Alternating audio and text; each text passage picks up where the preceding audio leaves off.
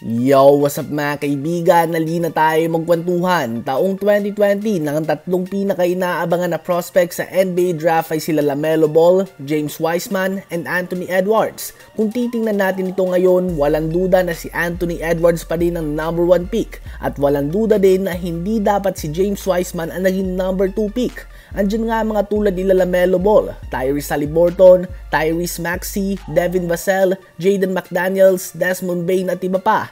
Nagkaroon ng workout sa Warriors ang ilang picks at tulad nila Tyrese Haliburton, Anthony Edwards at James Wiseman. At kwinento nga ni Anthony Edwards na palaging hinihinto ni Steve Kerr ang mga drills nila dahil natatamaran ito sa kanyang ginagawa. Sinabi din umano ni Steve Kerr na you don't work hard enough at kung sila nga daw ang may number 1 pick ay hindi nila pipiliin si Edwards. Nakukulangan din nga daw ang Warriors sa drive ni Edwards at sa kagustuhan nito na manalo o kaya naman winning mentality.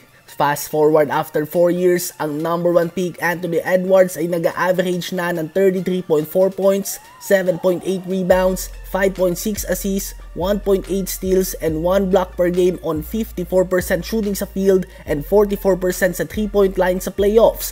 Habang ang pinili ng Warriors, James Wiseman ay backup ng backup center sa worst team sa NBA na Detroit Pistons. At ang Warriors nga ay bigo din na makapasok sa playoffs. It's safe to say na nagkamali ang Warriors sa tingin nila kay Anthony Edwards. Nakabawi nga ang Minnesota Timberwolves matapos na pumalpak sila kay Stephen Curry noon. Nasa Minnesota nga noong 2009 ang number 5 and 6 pick sa NBA draft at pinili nila ang mga point guard na sila Ricky Rubio and Johnny Flynn over Stephen Curry na naging 7 pick ng Warriors. Ngayon nga si Curry ay 4-time champion na, considered as an all-time great and the greatest shooter of all time.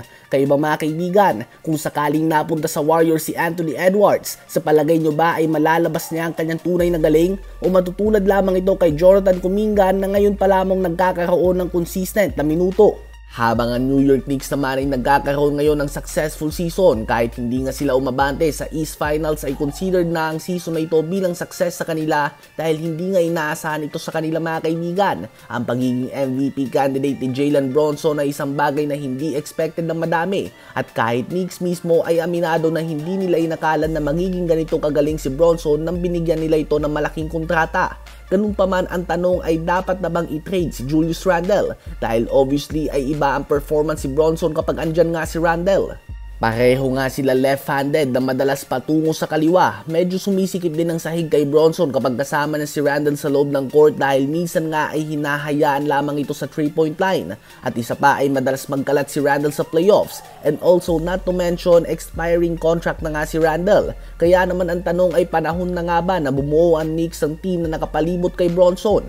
Ang babagay nga kay Bronson na isang power forward na maaasahan sa labas. Isang halimbawa nito ay si Lauri Markkanen ng Utah Jazz. Imagine a starting lineup of Bronson, DiVincenzo, Anunoby, Markkanen, and Robinson. May bench ka pa na McBride, Alec Burks, Bogdanovic, Josh Hart, Hardenstein, Precious Achiuwa, Shake Milton, and Jericho Sims. 12-man deep roster nga yan mga kaibigan. Ano ba masasabi nyo tungkol dito?